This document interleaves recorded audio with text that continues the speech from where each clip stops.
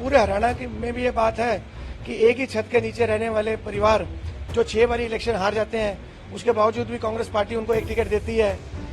तो एक टिकट से भी ना खुश हुए और उन्होंने अपनी बेटी को अंबाला छावनी से बेतौर आजाद उम्मीदवार के तौर पे उतारा। और बीडी गैंग जो मैंने बोला कि भूपिंदर जी और दीपेंद्र जी का पूरा सपोर्ट होता है उनको। जनता ने किसको नकारा जिसका चेहरा सामने था? वन वे ट्रैफिक थी बापू बेटे की।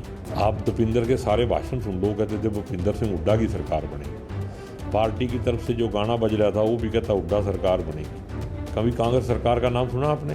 तो जो आदमी इलेक्शन लड़वा रहा था, इलेक्शन लड़ रहा था, वही नफे का भी हिस्सेदार है और घाटे का भी। विधानसभा चुनाव के परिणाम आते ही हरियाणा कांग्रेस में जबरदस्त घमासान छिड़ गया है। लोकसभा चुनाव के समय से ही पार्टी में दरकिनार किए जाने को लेकर नाराज चल रहा शैलजा खेमा अब मुखर होता नजर आ रहा है। उनके निशाने पर सीधे पूर्व मुख्यमंत्री भूपेंद्र सिंह हुड्डा और उनके सांसद बेटे दीपेंद्र हुड्डा हैं। चुनाव में शिकस्त खाने वाले शैलजा खेमे के कांग्रेस उम्मीदवारों ने न केवल पार्टी बल्कि खुद की हार का ठीकरा भी हुड्डा बाप बेटे पर फोड़ा है और इस शर्मनाक पराजय की जिम्मेदारी लेने की मांग की है।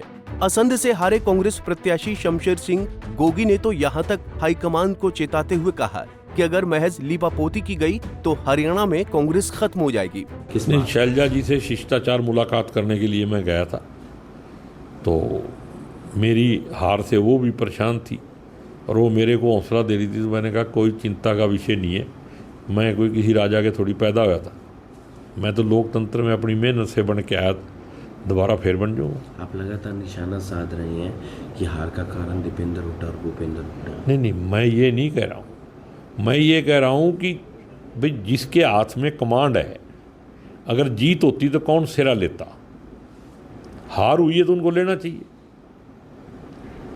हार किसके कारण हुई ये कहना तो मेरा बनता ही नहीं ना। लेकिन मैं कहता हूँ अगर जीत जाते हम तो कौन कहता कि मेरी वजह से जीते हो? आप बताओ।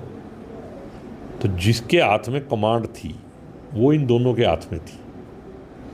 तो अब हार गए हैं तो उनको खुले दिल से कहना चाहिए, बड़प्पन दिखाना चाहिए भी हमारी वजह से हारी पार्टी। वो तो चुनाव आयोग जा रहे हैं, वो तो पार्टी का काम है, वो एक अलग सिस्टम है। लेकिन जनता ने किसको नकारा जिसका चेहरा सामने था?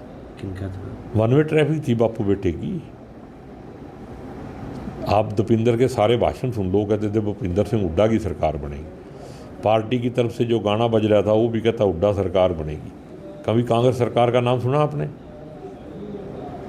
तो जो आदमी इलेक्शन लड़वा रहा था, इलेक्शन लड़ रहा था, वही नफे का भी हिस्सेदार है और घाटे का भी। शैलजा जी के खिलाफ जो बयानबाजी हुई जिसको बीजेपी ने भुनाया, वो नुकसान का कारण बनी? पूरा 100% पूरे स्टेट में नुकसान हुआ उसका, मेरे को भी हुआ है। दलित वोट बैंक का? हाँ, पूरा। एक आखिरी सवाल और, रैली भी हुई थी, आप इसका भी जिक्र कर रहे हैं, वहाँ पर नाम नहीं लिया गया। अब मेरा नाम नहीं लिया गया और उसके बाद इसी बात को बुनाया गया पूरे हल्के में। भाई हुड्डा साहब ने तो गोगी की वोट ही नहीं मांगी, आप क्यों?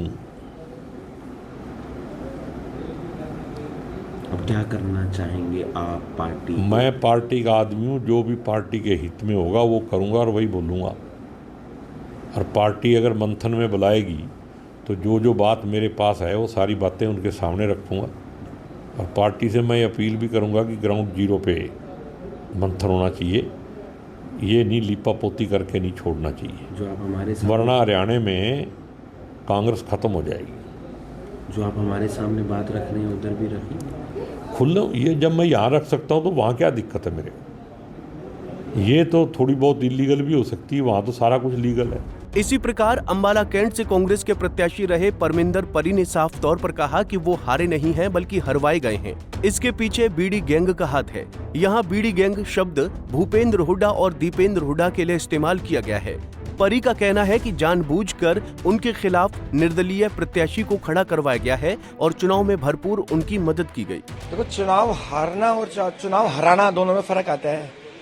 भूपेंद्र सिंह परी को चुनाव हराया गया है, पार्टी ने ही एक बागी उम्मीदवार खड़ा करके और पूरे षड्यंत्र के तौर पे चुनाव हराने की कोशिश भी करी और वो उनकी मंशा पूरी भी, उन्होंने चुनाव हराया गया है।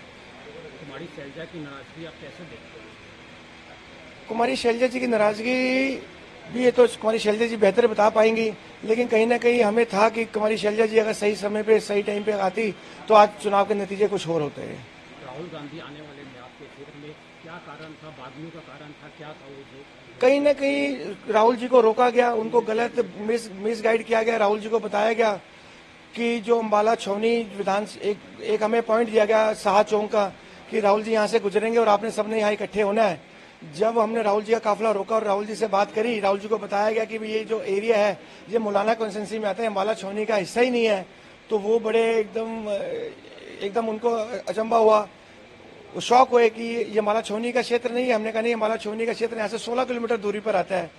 तो ये कहीं ना कहीं लोगों को भी पता है, हरियाणा पूरे हरियाणा में भी ये बात है कि एक ही छत के नीचे रहने वाले परिवार जो 6 बारी इलेक्शन हार जाते हैं, उसके बावजूद भी कांग्रेस पार्टी उनको एक टिकट देती है।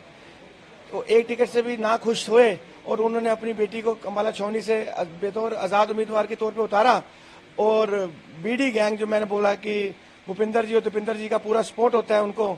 और अगर मैं दूसरी बात करूं, जहां से निर्मल सिंह जी को टिकट मिलती है उनके सामने भी 2 उम्मीदवार खड़े होते हैं, बागी खड़े होते हैं जो पहले कांग्रेस के प्रत्याशी रह चुके हैं, कांग्रेस पार्टी से ही वो इलेक्शन लड़ चुके हैं। उनको बिठाने के लिए स्वयं दीपिंदर हुड्डा जी पहुंचते हैं, बड़े बड़े नेता पहुंचते हैं, प्रताप सिंह बाजवा जी पहुंचते हैं और दिल्ली से भी हाईकमांड ने भी भेजे, वो पहुंचते हैं।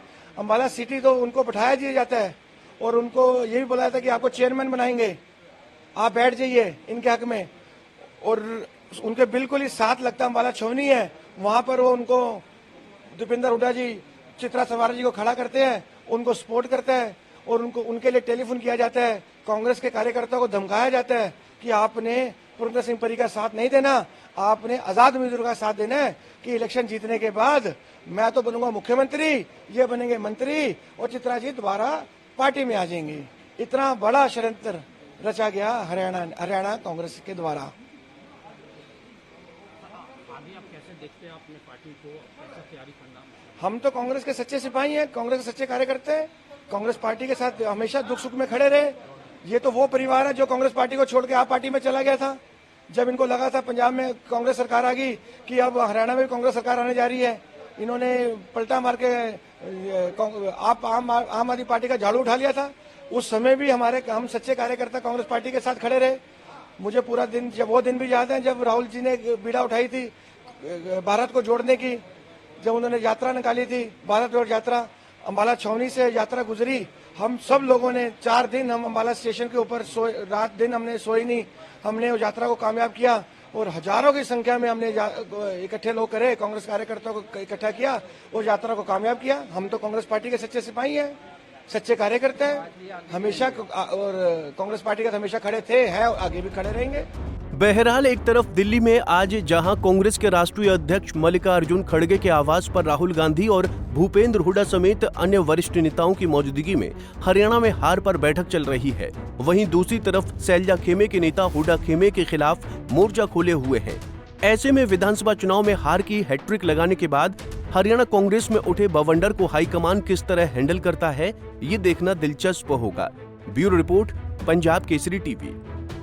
हमसे जुड़े रहने के लिए हमारे YouTube चैनल को सब्सक्राइब करें और नई वीडियो की नोटिफिकेशन के लिए बेल आइकॉन को दबाएं। अगर आप ये वीडियो Facebook पर देख रहे हैं तो लाइक जरूर करें और ज्यादा से ज्यादा शेयर करें। धन्यवाद।